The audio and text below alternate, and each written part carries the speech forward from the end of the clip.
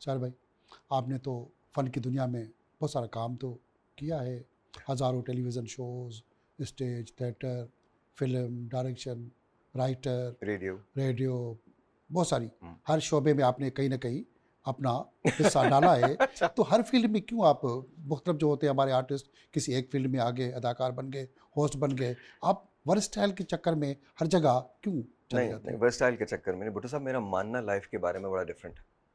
This is one life to live, एक ज़िंदगी है हमारे एक पास, ज़िंदगी, हाँ, ठीक है? ऐसा ही है, दोबारा नहीं मिलेगी। अ, देखिए मेरी तालीम जो थी शुरू जब हुई, तो वो प्री मेडिसिन से हुई, दैट मीन्स मैं प्री मेडिकल मैंने किया, डॉक्टर बनना चाहता था, नहीं बन सका।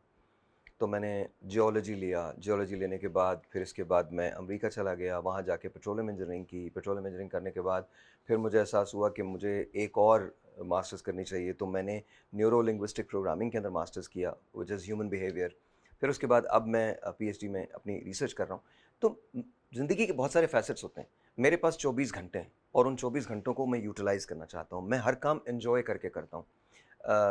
हमारे दोस्त हैं, आप उन्हें जानते हैं, मीर इब्राहिम साहब। तो जब वो मुझे इनिशियली हायर करने लगे तो मुझसे कहने लगे, साहिर कोई एक बात आप मुझे बताएँ जो आपको लगता है कि मैं आपसे एसोसिएट करूँ। तो मीर साहब अगर आप देख रहे होंगे तो मैं आपकी इजाज़त से वो बात शेयर कर रहा हूँ। तो मैंने उनसे बात शेयर की, मैंने कहा मीर साहब मैं किसी चीज़ में बहुत अच्छा नहीं हूँ, लेकिन हर चीज़ में अपना 100% देने की कोशिश करता हूँ। तो मुझे नहीं लगता कि मैं जगह-जगह हॉप करता हूँ ये देखने के लिए कि मेरा क्या है, मैं कहाँ अपना हिस्सा डाल सकता हूँ, नहीं। मेरे जो दिल से आवाज़ आती है वो मैं करता हूँ। जैसे 2 साल मुझे लगा कि मुझे टीवी नहीं करना चाहिए, तो मैं बहुत रिलक्टेंट था किसी भी ऑफ़र को एक्सेप्ट करने में। आज जब हम बात कर रहे हैं, तो I am almost sitting with a contract और शायद मैं उसको कर भी लूँ। जो चीज़ मेरे दिल से नहीं होगी, मैं वो नहीं करूँगा और जो चीज़ मेरे दिल से होगी, मैं वो ज़रूर करूँगा। आपने साहिर लोधी फाउंडेशन भी बना ली, जी, बिल्कुल। समाजी खदमत के हवाले से। पाकिस्तान में तो हज़ारों समाजी इदारे मौजूद हैं, हुँ। फिर क्या ज़रूरत महसूस की या क्या वजह थी कि साहिर लोधी फाउंडेशन समाजी खदमत का भी एक नारा आपने मारा हुआ है? नहीं, नारा मैंने कभी नहीं मारा, मैं कभी किसी से चंदा लेने नहीं गया। बिल्कुल मैंने नहीं तो गए, जो कुछ किया अपने अपने बल आवाज़ पे किया। उठाई है एक। हाँ, अब शायद हम जाएँगे और बात भी करेंगे। लेकिन इसका किस्सा बड़ा दिलचस्प है। मुझे हमेशा से शौक है और मेरा एक कॉन्सेप्ट है स्कूल विद नो बुक्स। बिल्कुल ठीक है, और ज़ाहिर है वो कॉन्सेप्ट बहुत डिफरेंट है। अच्छा आइडिया है। बहुत अच्छा आइडिया। तो हमने एक जगह, हमारे गुलज़ार भाई हुआ करते थे, तो उन्होंने कहा कि यार एक ज़मीन ले लेते हैं। उनके पास एक ज़मीन थी कि हम यहाँ पर स्कूल बनाएँगे। मैंने कहा ठीक है जी, स्कूल बनेगा। हम वहाँ चले गए। अब ये सुनने वाली बात है हमें सब। जब मैं वहाँ गया, तो हम सब 15-20 लोग खड़े थे, गुलज़ार भाई भी खड़े थे और हम सब एक सॉफ्ट ड्रिंक पी रहे थे। तो मेरी ड्रिंक तकरीबन आधी हुई थी। तो मुझे एक बच्चा नज़र आया। उसने कपड़े नहीं पहने हुए थे, सॉरी, जूते नहीं पहने हुए थे। तो मैंने उससे कहा तुमने जूते क्यों नहीं पहने हुए? तो उसने मुझे ऐसे करके देखा और इशारा किया मेरी बॉटल की तरफ कि ये मुझे दे दो। तो मैंने अपना वाइप करके मैंने उसको दे दिया, मैंने कहा तुम पी लो।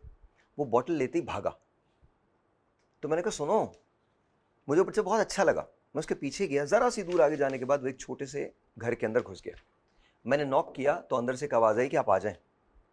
तो मैं जब अंदर गया हूँ, तो भुट्टो साहब उसका कमरा जो था पूरा वो घर था, इतना ही बड़ा छोटा कमरा सा, था। छोटा सा। छोटा-सा, एक जगह चूल्हा था, एक जगह और एक दरी सी बिछी हुई थी, उस दरी पे 4 बच्चे बैठे हुए थे, एक खातून थी और उनकी गोद में एक और बच्चा था और उनका एक जुमला था। उन्होंने कहा कि जी, इसको बुखार है और मैं इस इंतज़ार में हूँ कि कब हम सबको मौत आए कि ज़िंदगी का अज़ाब ख़त्म हो।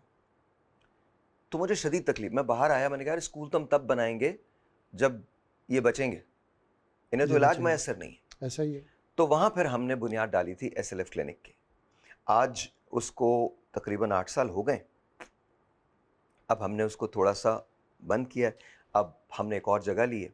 वहाँ पर हम अपना पहला ईएमआरएस, इमरजेंसी रेस्क्यू जो बना रहे, बना रहे हैं जी, फैसिलिटी ईएमआरसी, वो हम बनाने जा रहे हैं और हमारा प्लान तकरीबन 100 ईएमआरसीज़ का है और 10 अस्पतालों का है।